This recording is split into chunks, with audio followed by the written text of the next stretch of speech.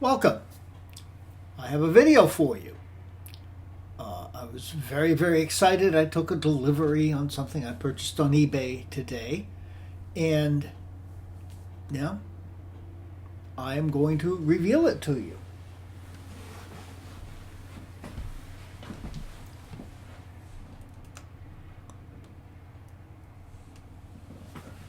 Here it is.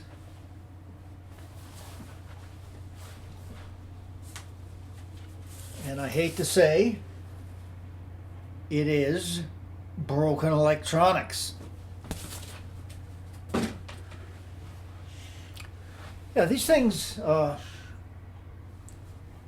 as we've seen in past videos, can be very easily damaged in shipping, and this one certainly has been. We'll take a closer look in a bit and you'll see what exactly the problems are here, but it is bent down here at the leg rather badly.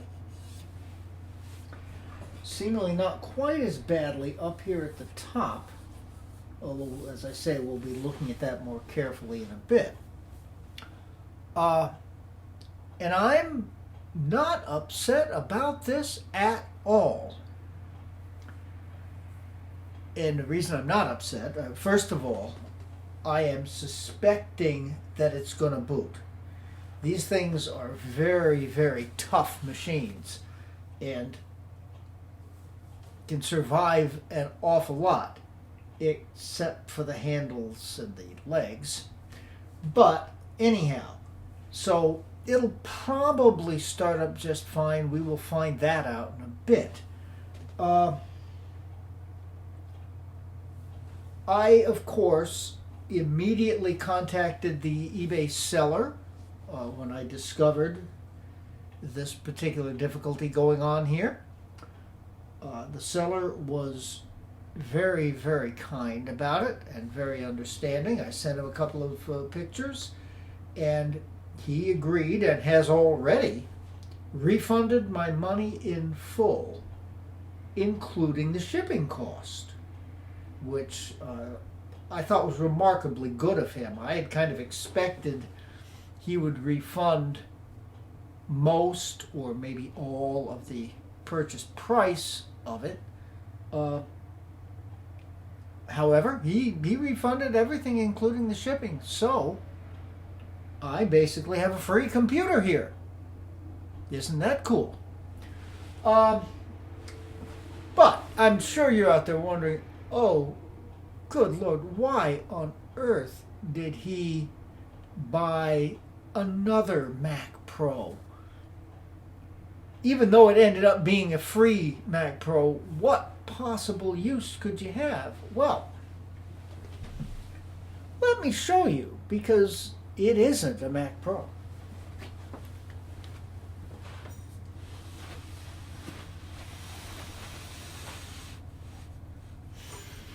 Now, the most obvious thing you'll see in looking for differences in these two machines, this is a Mac Pro.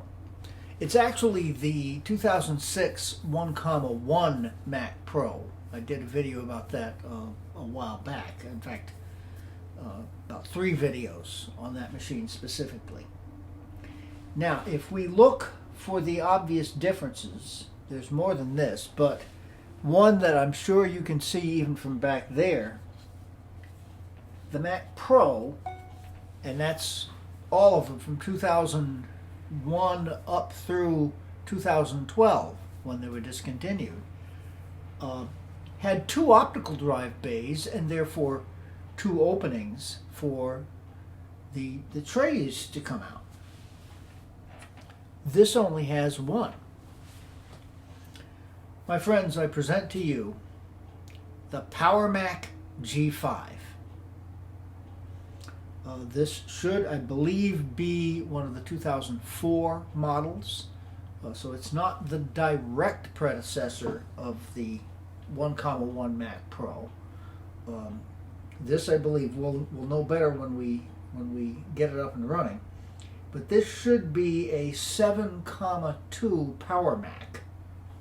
The PowerMacs went through quite a number of revisions over the years. So it came all the way up to that 7 models of Power Mac.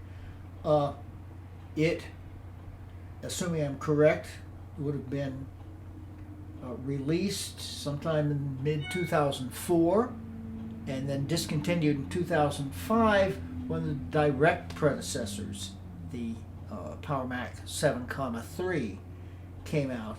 That in fact did give way to the Mac Pro 1,1. All right, now we're going to take a closer look at these two machines so you can actually see some of the other differences.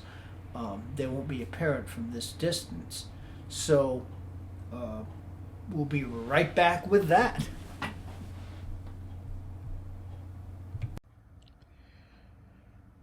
Okay, we'll take a closer look at these machines.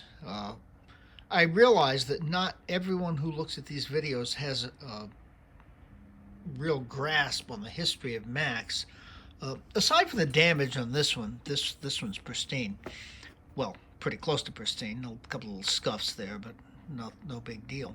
The cases are identical. There are I/O differences. This whole design, the cheese grater, with all of these openings and the openings in the back, came about because of the Power Macs. The PowerPC processors ran very hot, particularly the G5s, and they're trying to put 2 G5 processors into this. So this whole design here was very, very efficient cooling, and they did some other tricks that they didn't have to do for the Intel-based Mac Pros.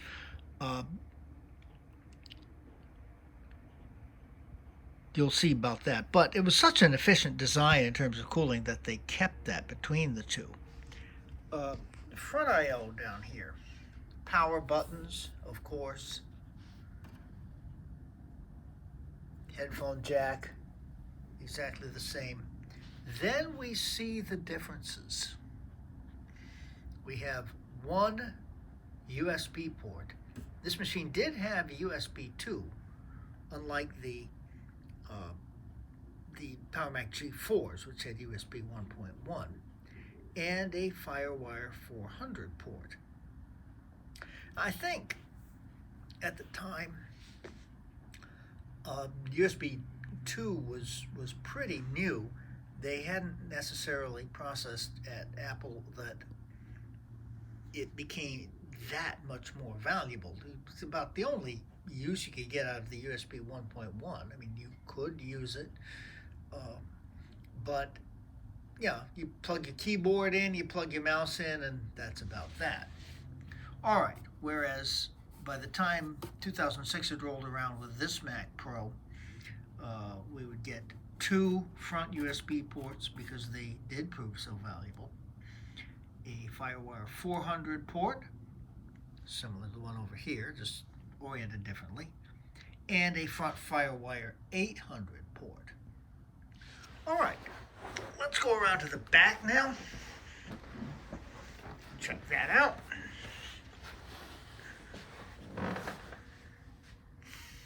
All right, again, there's some little differences. The 2 fan grates here on the Power Mac as opposed to the 1 for the Mac Pro. Again, cooling was not quite the problem. Power cord in down here as opposed to up here, no huge difference.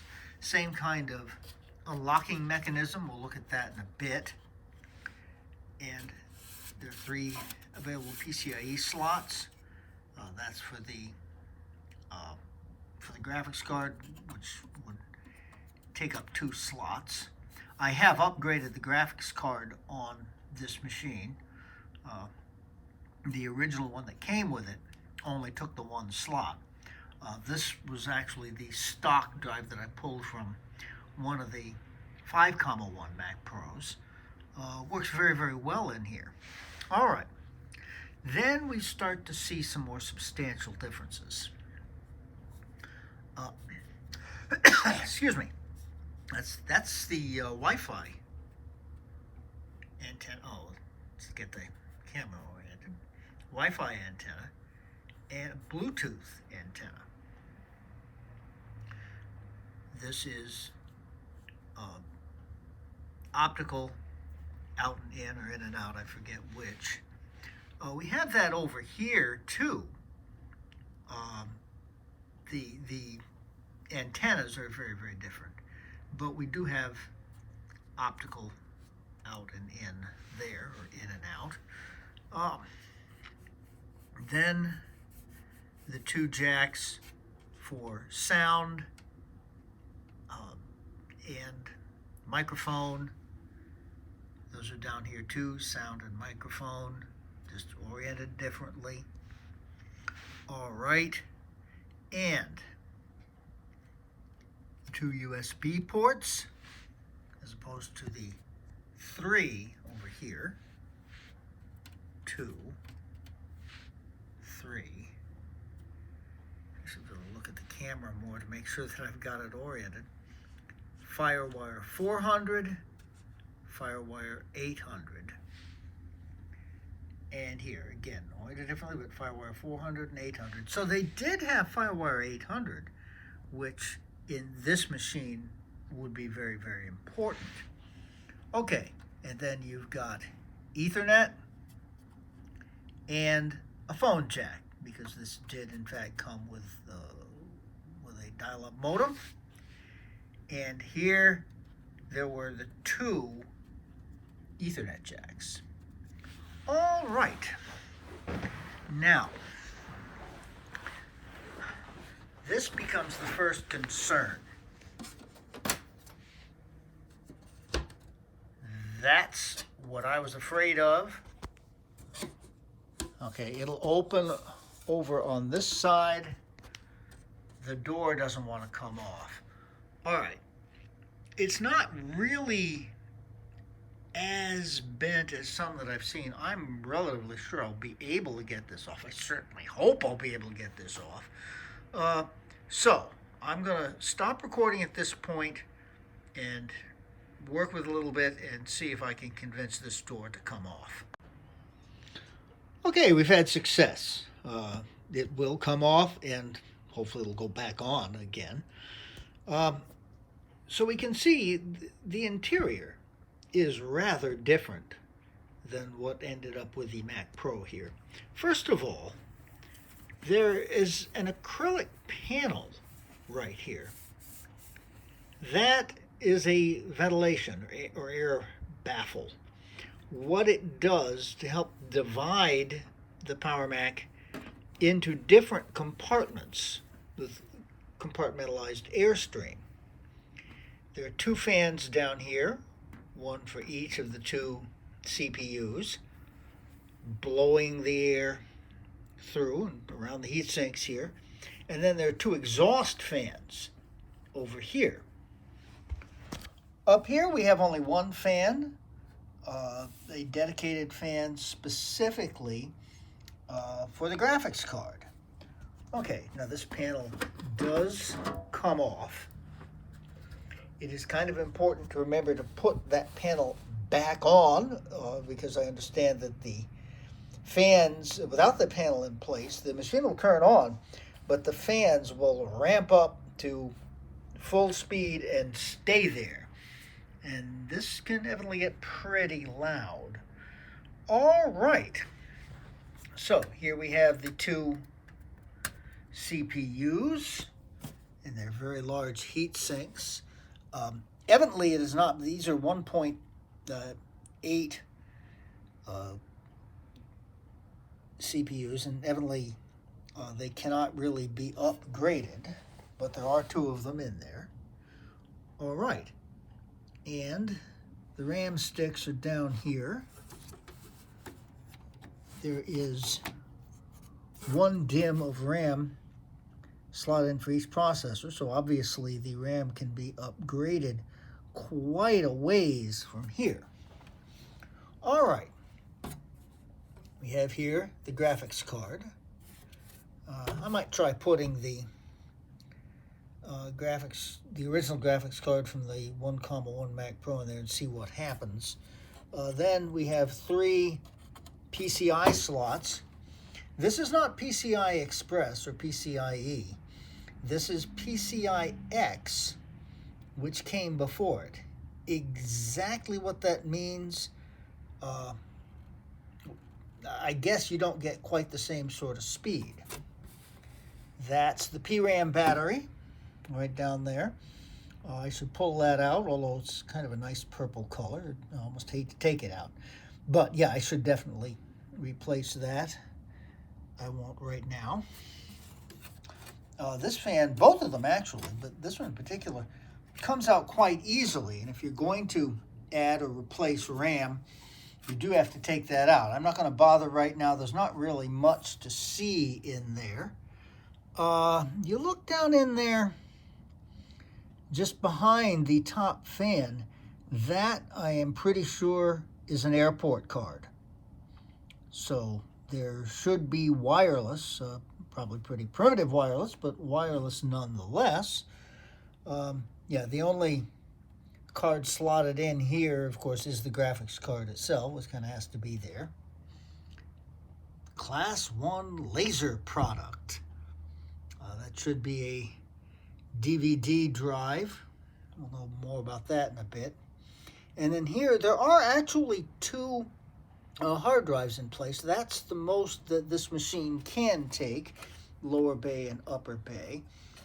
This cord is SATA power, which is connected into the logic board down here. All right, the DVD CD drive in these machines is not SATA, it's IDE, so there's a ribbon cable in there. I guess it is possible to take this out and replace it with a hard drive, but you would need either an IDE hard drive or conversion cables to connect the newer SATA hard drive to an IDE connection. All right, so I think the next step is going to be putting this back together and trying to boot it up. Just a bit.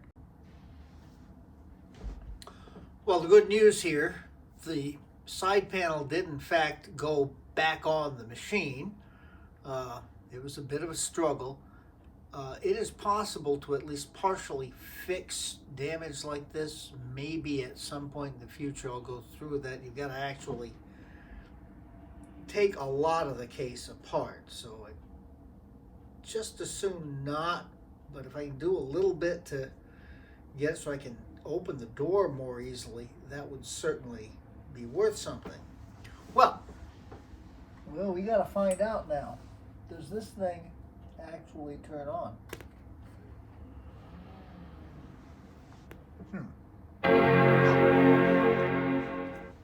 Now that's quite a sound. Oh, I did plug the speaker in. Maybe we might want to turn that down a bit. Oh, that's pretty fast.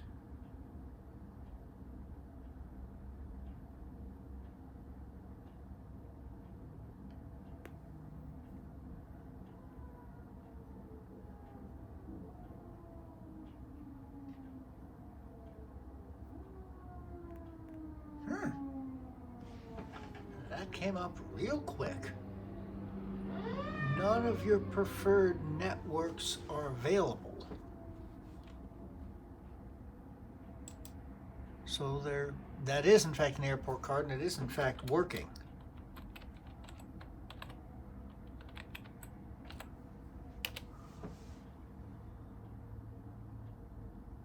Okay, computer's clock is set to a date before March 24th, 2001.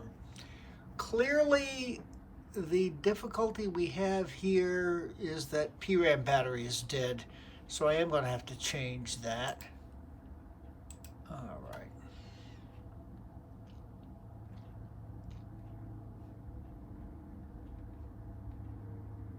Date and time. Oh. instant.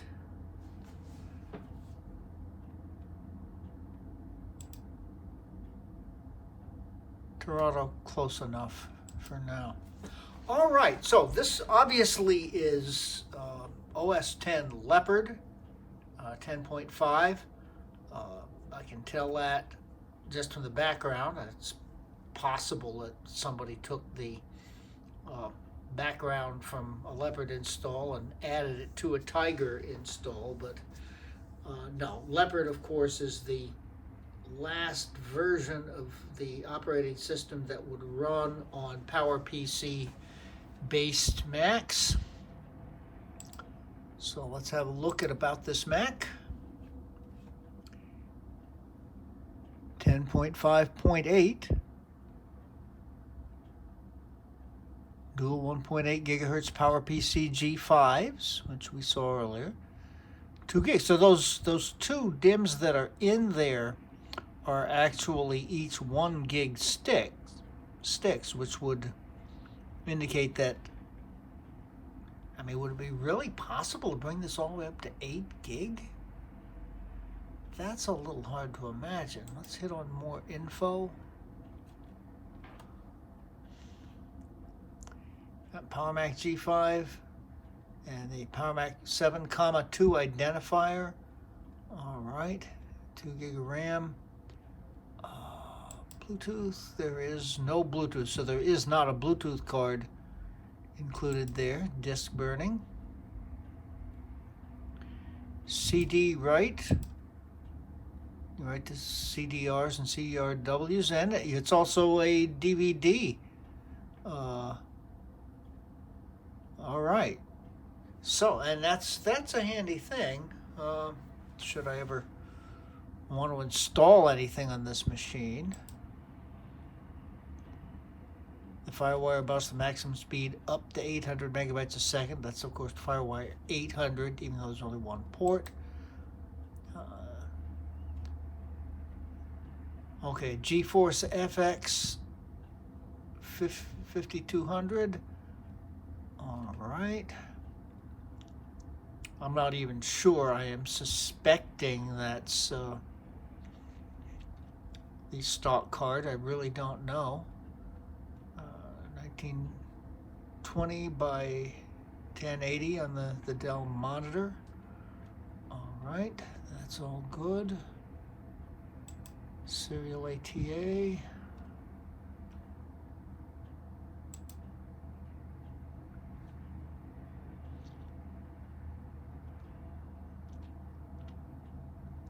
All right, that's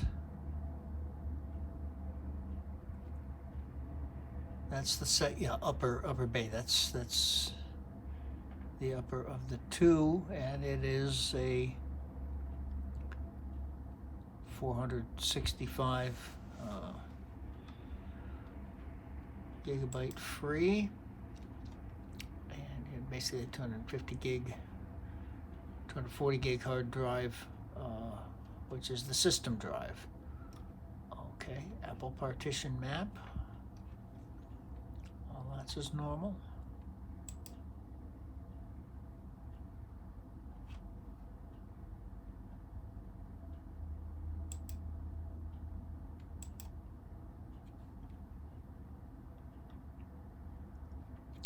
All right, the airport card.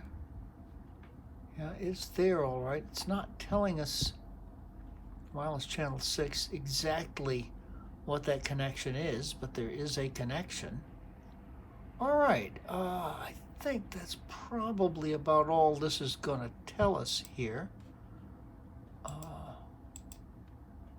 into about this Mac one more time. Software updates.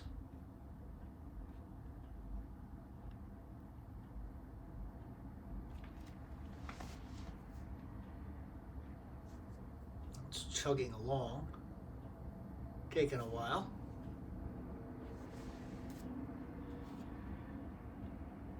Okay, Java update, but everything else is updated. We can deal with that later. All right, what else? System profiler is still on. We'll kill that. System preferences.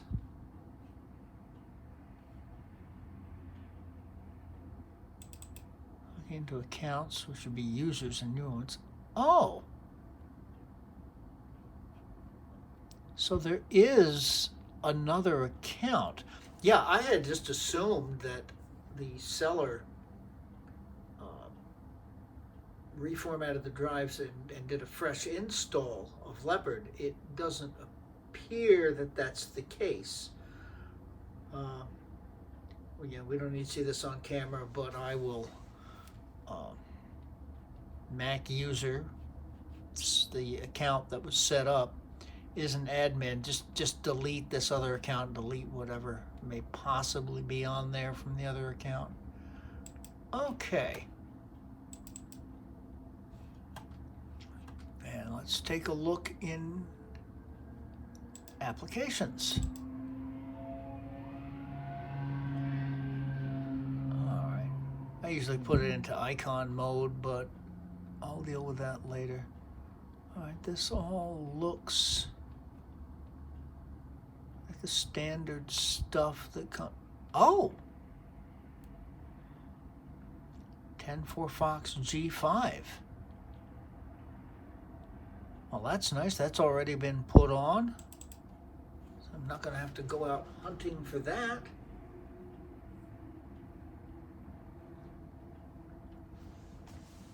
And there it is. 10.4 Fox is not currently set as your default browser. Would you like it? Well, heck yeah, because Safari is going to be pretty much useless. All right. And that's a 10.4 Fox start page, which is basically Google. We know that Google will always work on anything. Let's see about, pardon me for my faulty typing, having to reach around the tripod.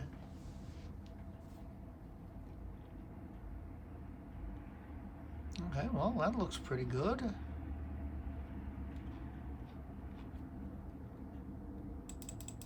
All right.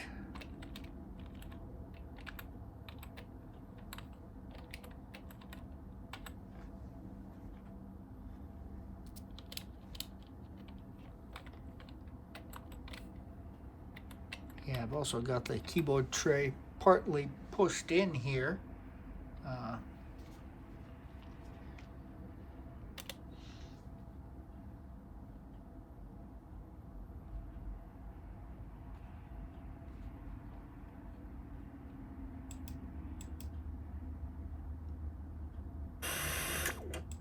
I'll come up to something here. This is an important message for anyone with Medicare or who expects to join soon. This card I'm holding in my hand, it's an example of an all-in-one Medicare Advantage membership card. The kind of Medicare coverage that comes with this simple little card. Oh, that's jerking around like crazy. All right, let's. Don't know how it got stuck on that.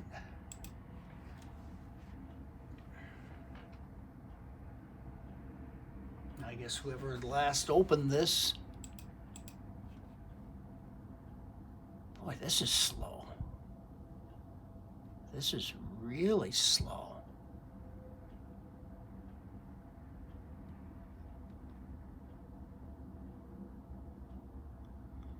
Okay.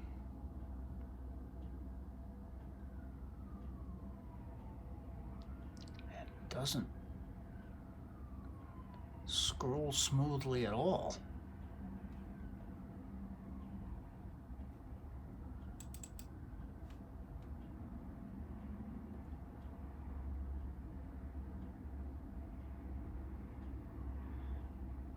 Steve Jobs introducing the iPhone in 2007.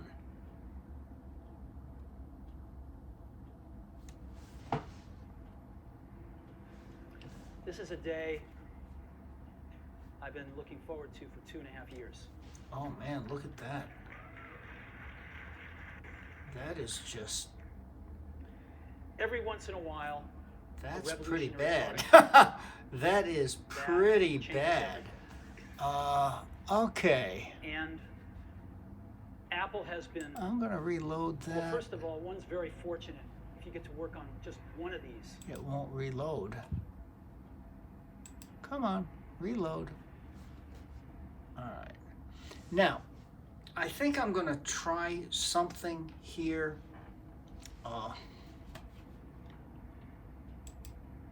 There's an airport card in there.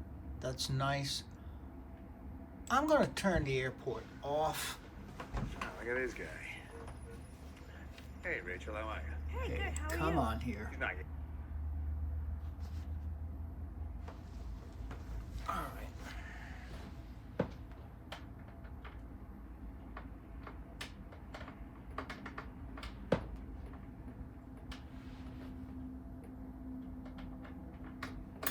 Okay.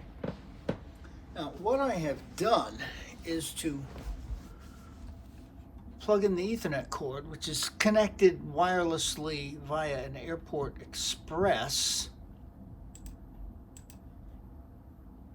Let's reload that now.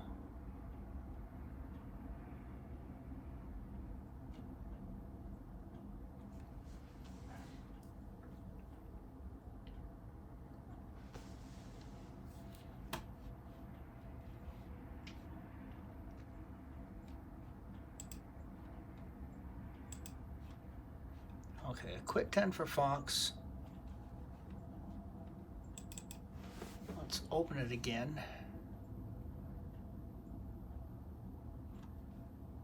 Popped up a little faster. And let's try.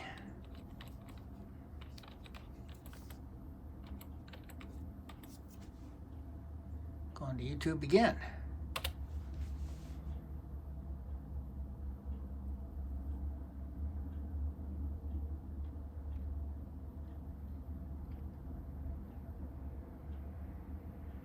I think that opened a little bit faster. Not much, but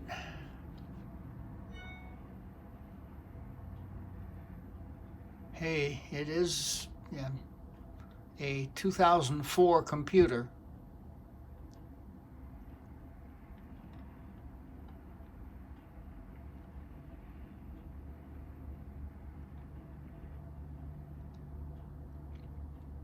Just trying to look for a video we can load up.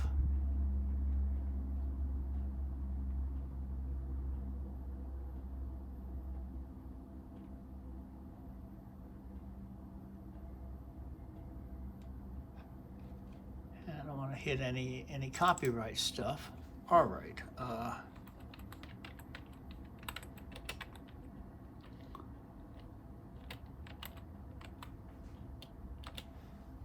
All right, let's look for one of my videos.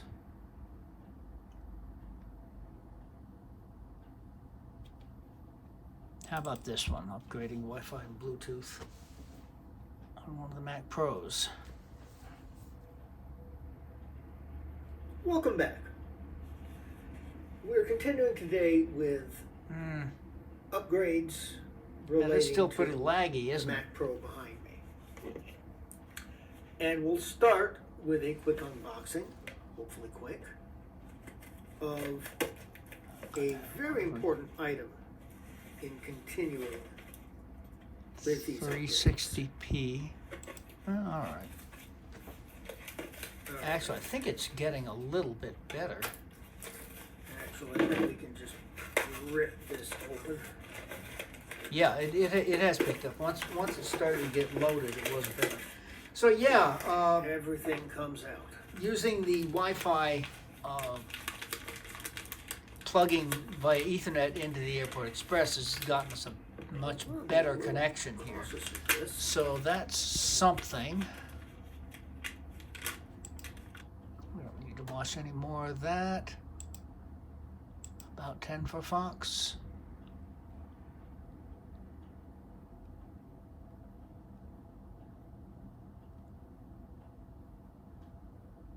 All right.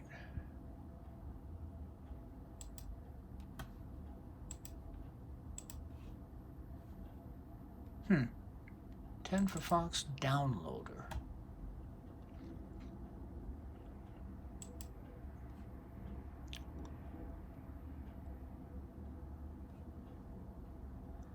Ah, 10 for Fox feature revision 1.8, and this was 1.5. All right. Yeah, let's download that. Okay, I'm going to play around with that, and I'll do some more playing around with it. It'll probably be a follow-up here, but we don't need to see any more of this right now. It is up and running Leopard.